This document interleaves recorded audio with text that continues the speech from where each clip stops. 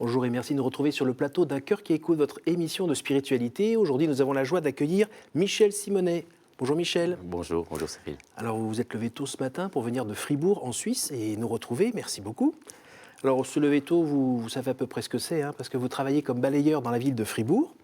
Alors on va parler un petit peu de tout ça, du fait aussi que vous soyez avec votre char et puis une rose qui est plantée dedans. Pourquoi, comment vous avez écrit un livre qui s'appelle « Une rose et un balai » aux éditions Fin de siècle, avec la belle couleur orange des gens qui travaillent comme ça à Fribourg. Donc nous allons parler de tout ça dans 2 secondes. Juste avant, vous voulez nous chanter quelque chose. Alors, même si vous venez de Suisse, vous n'allez pas yodeler, mais nous vous écoutons.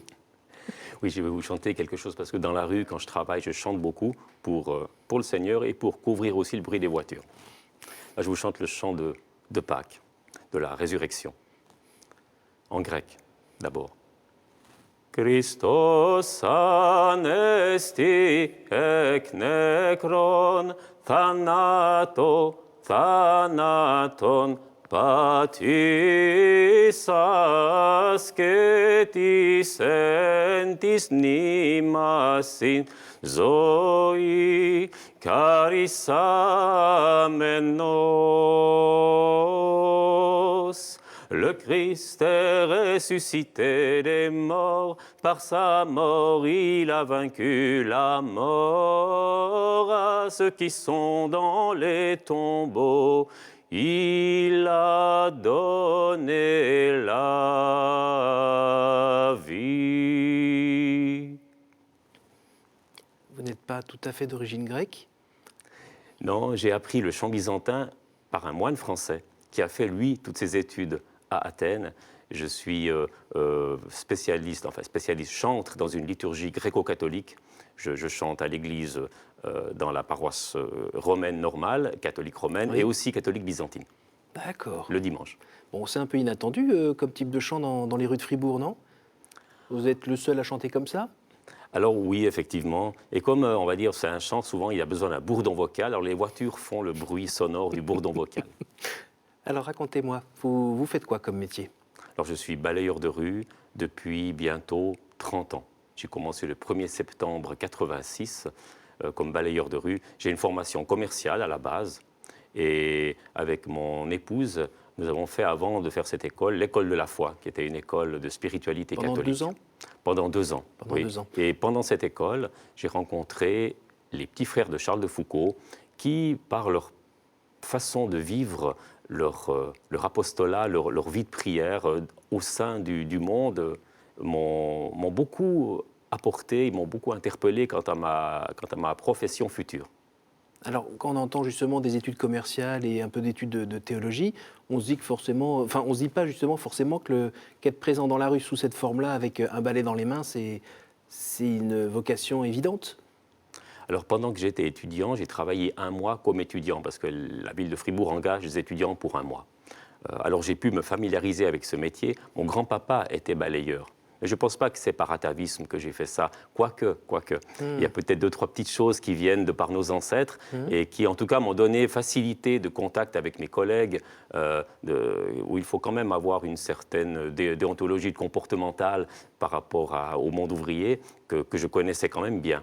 Et puis, mis à part ça, bien, j'ai fini mon école et j'ai postulé comme balayeur à la ville, qui ont trouvé un peu bizarre que j'avais un curriculum fourni davantage que la plupart des balayeurs. Oui. Et j'ai été engagé à l'essai pour 6 mois, et voilà 30 ans que les 6 mois durent. Bon, mais soyons vrais, c'est pas un métier balayeur à Fribourg, en Suisse, tout le monde est propre. Ah, détrompez-vous, la Suisse n'est pas si propre que ça. Et si elle est propre, c'est parce qu'il y a des balayeurs. Et en grand nombre, enfin, au début, on était 25, maintenant, on n'est plus que 10. Et ça s'est beaucoup mécanisé. Je reste fidèle pour l'instant à mon char et mon balai. J'ai aussi un aspirateur de rue. J'ai vu qu'à Paris, ils en ont aussi. Oui. Voilà, c'est la modernité qui avance. Le lien entre votre vie de foi et ce métier, comme vous l'écrivez dans le livre, qui correspond un petit peu à ce que faisait Sisyphe en remontant son rocher tous les jours, votre vie de foi, pratiquement, votre présence au monde avec un balai, racontez-moi.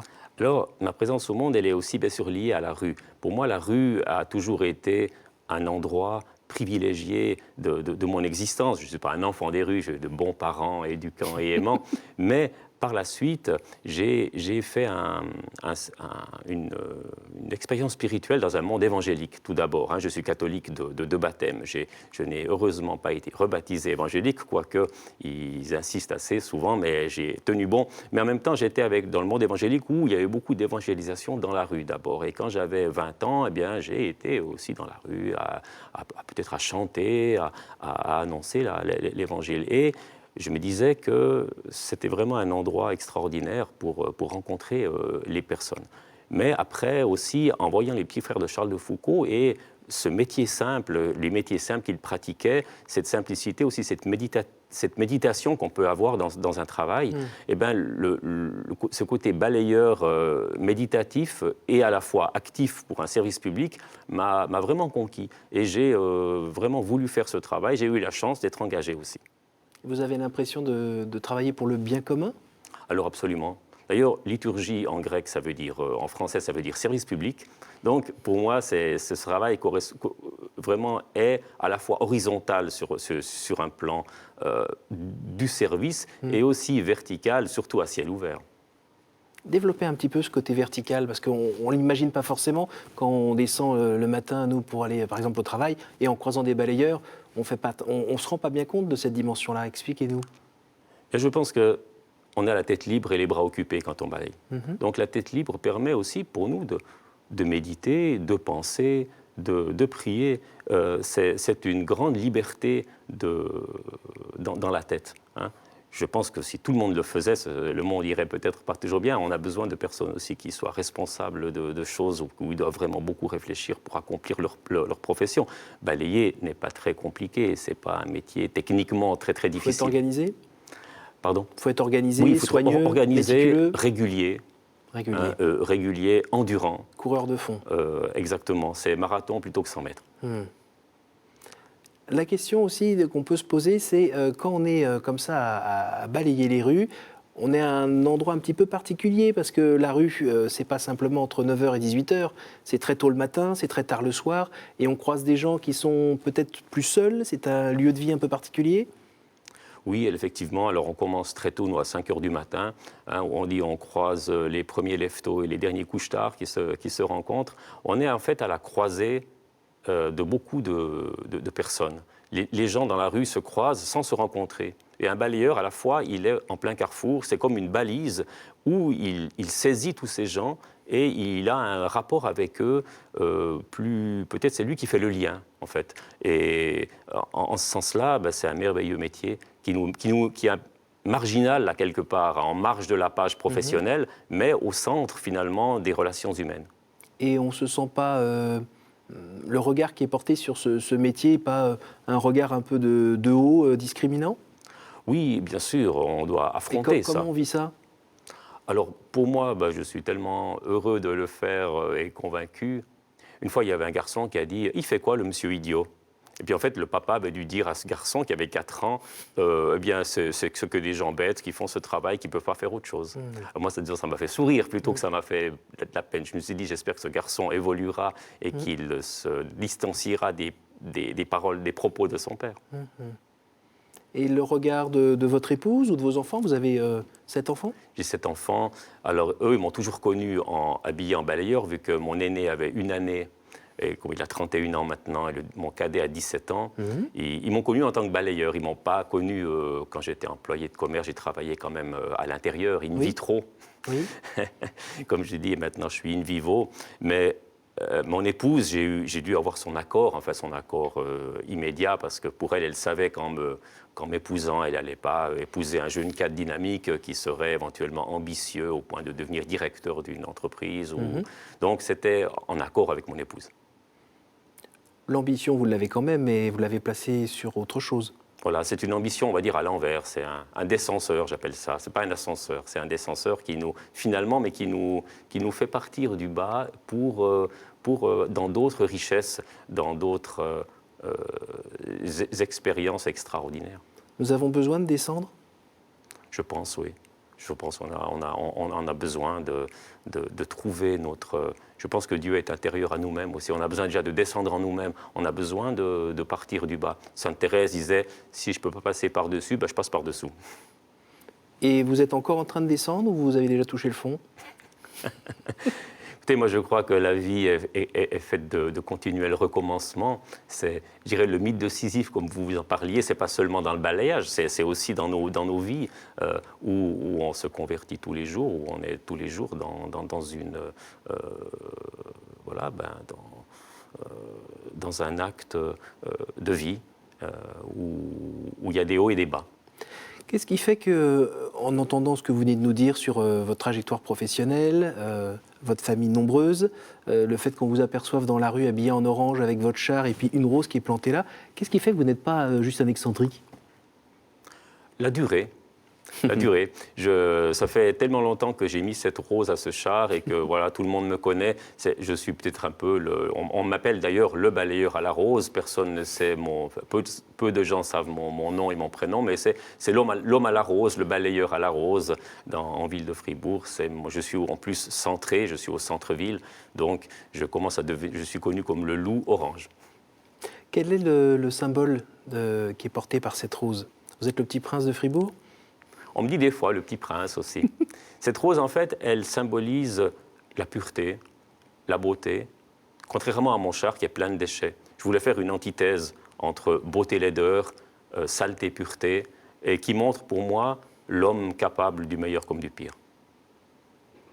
Vous disiez tout à l'heure qu'en descendant dans le fond, on arrivait à vivre des choses extraordinaires ou à rencontrer des personnes peut-être extraordinaires. Vous pourriez développer un petit peu? Alors on rencontre évidemment toutes sortes de personnes, des personnes dans la rue quand on est au centre-ville, on rencontre beaucoup de gens qui zonent, comme on dit, qui n'ont pas de travail ou qui sont dans le monde de la toxicomanie.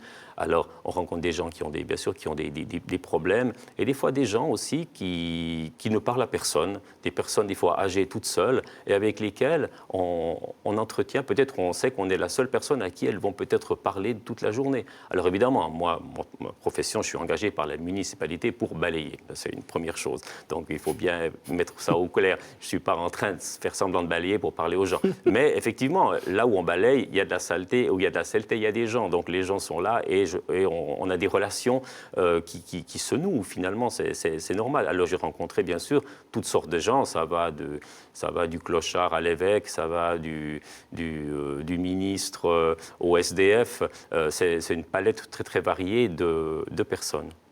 Peut-être un exemple, j'ai connu le professeur, c'était un professeur dominicain de dogmatique avec lequel il aimait beaucoup l'Orient chrétien comme moi, et maintenant c'est le monseigneur Schönborn, du archevêque de Vienne, qui est un de mes amis, qui m'a écrit toujours à la naissance de mes enfants, et que bien sûr je ne vois plus depuis qu'il est à Vienne. Le mot lien social, ça a du sens pour vous? Bien sûr, bien sûr. Il manque en Suisse? Parce qu'on ne le sait pas très bien ici, hein, mais Fribourg, c'est une ville un peu particulière. Elle est à cheval entre une zone germanophone, une zone francophone, délimitée par la Sarine, si je ne me trompe pas. Exactement. Voilà.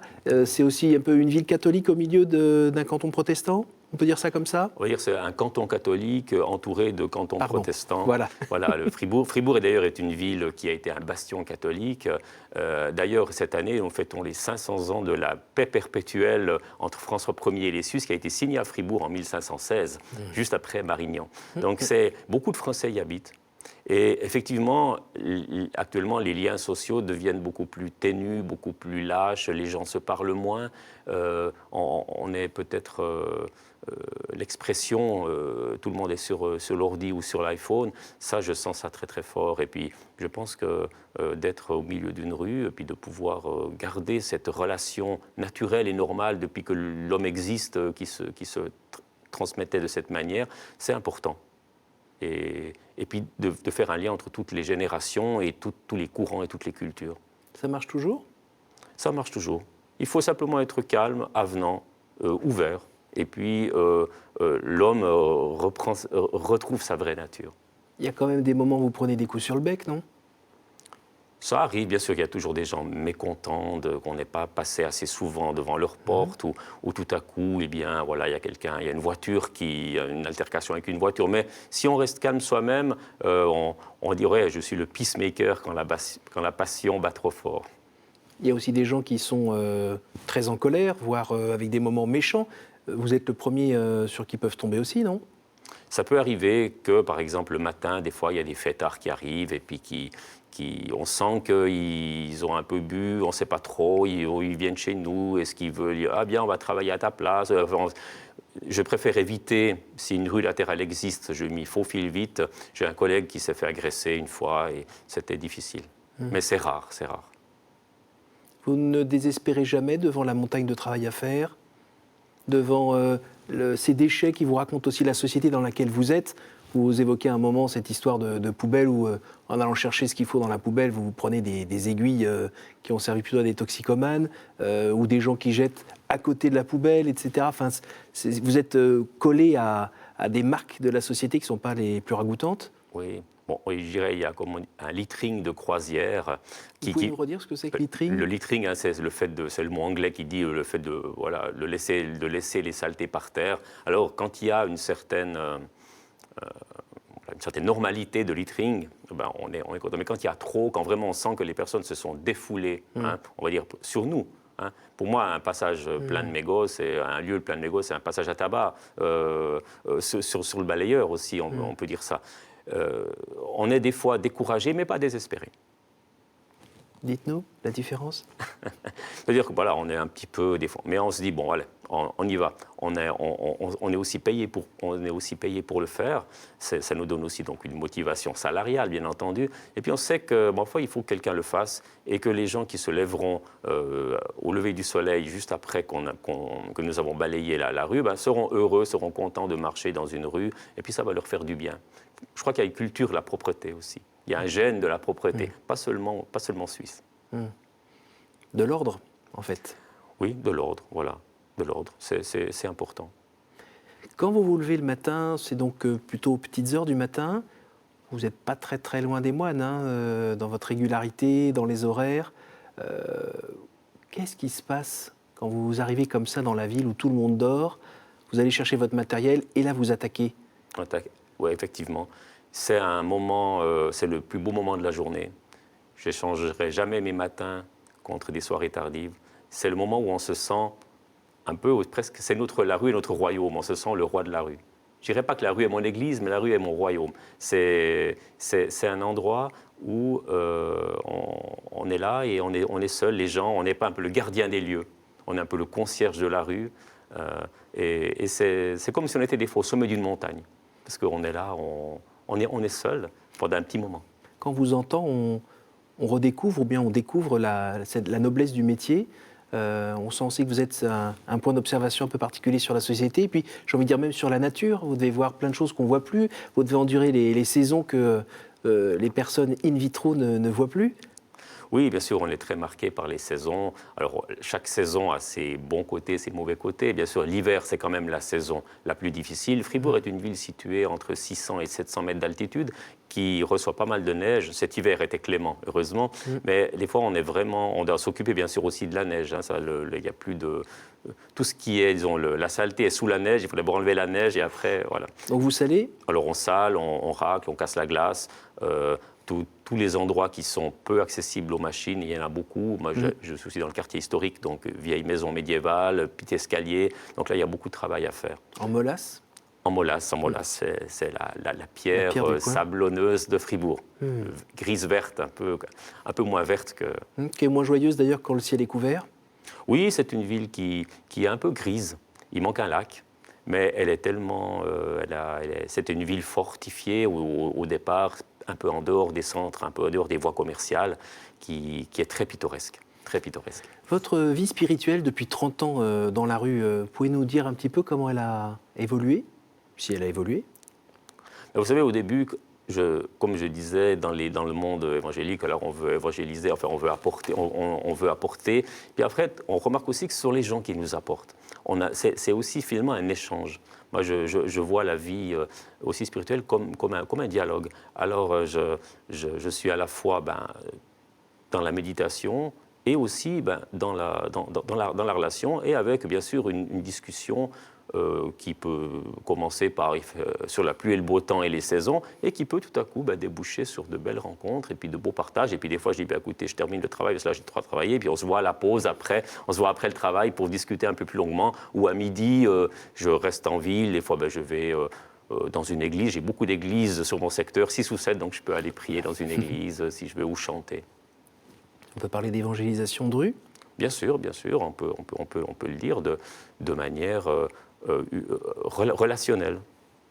Vous continuez à vous former depuis 30 ans ou... Je suis toujours avec un livre sur moi, que ce soit la Bible ou les livres de... J'ai fait 2 ans de théologie avec cette école, donc ça m'a ouvert à la théologie. J'ai aussi appris le grec pour le chant déjà byzantin et aussi pour pouvoir lire le Nouveau Testament dans le texte, pour essayer en tout cas.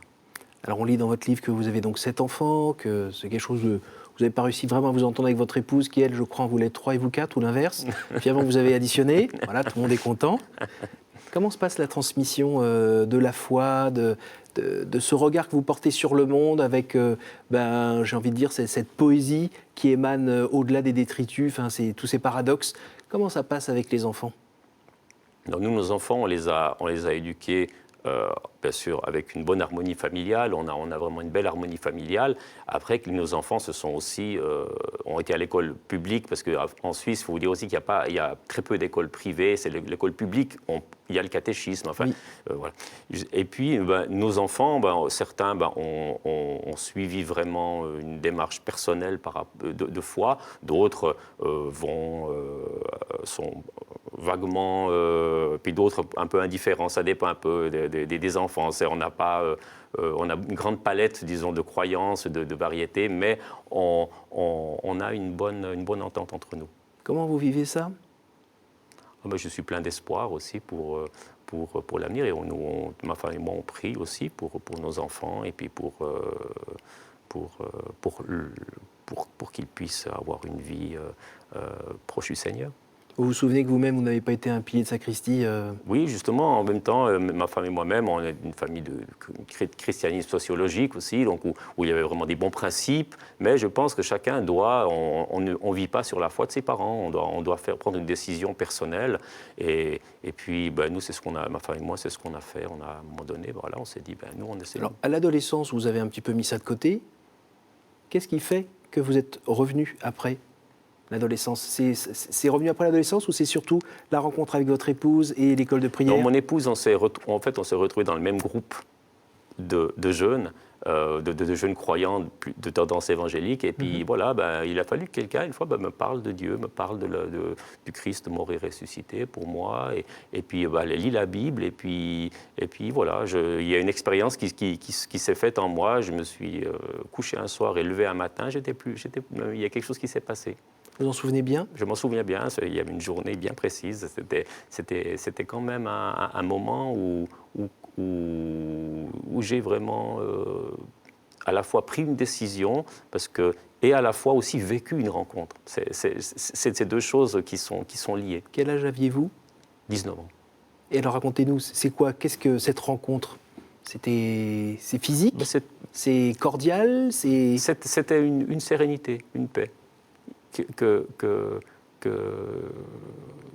j'ai ressenti en priant le soir, en me levant le matin.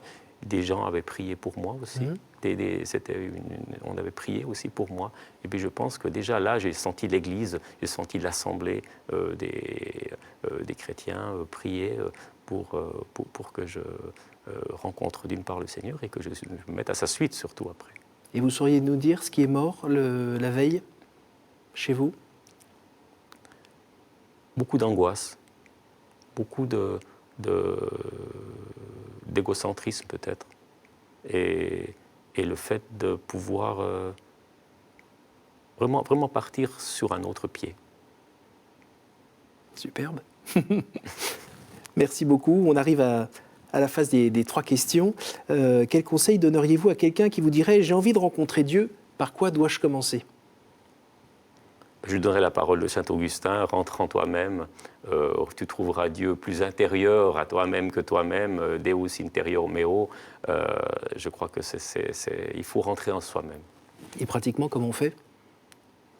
Oh, eh bien, je crois que ça peut être très, très bien, des fois, de se dire maintenant, je pars, je vais dans un. Peut-être que je me coupe pendant peut-être un moment, 2-3 jours, ou une semaine, ou même, je ne sais pas, le Seigneur est très rapide, hein, des fois, mais je rentre en moi-même, quoi. Je laisse tout. Je laisse tout.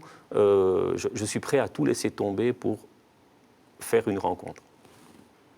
Quel est votre héros, votre saint, la personne que vous trouvez admirable? Alors ne me parlez pas du patron des balayeurs. Hein.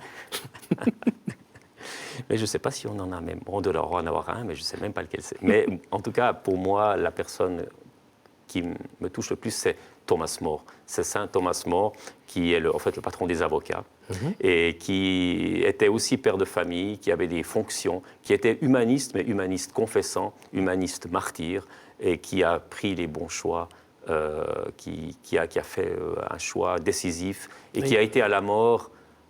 Il n'a pas été à la rencontre de l'échafaud, il a été à la rencontre du Seigneur. Il avait aussi une bonne dose d'humour? Il avait une bonne dose d'humour.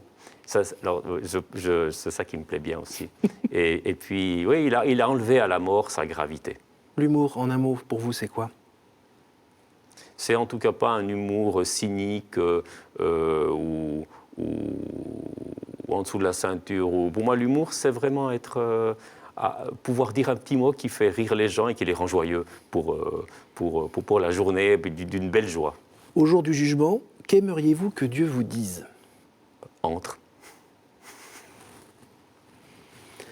Merci beaucoup d'être venu de Fribourg nous porter cette bonne nouvelle et cette incarnation de la bonne nouvelle aussi dans votre quotidien et de nous aider aussi à porter peut-être un autre regard sur les gens qu'on croise dans la rue qui sont aussi demandeurs.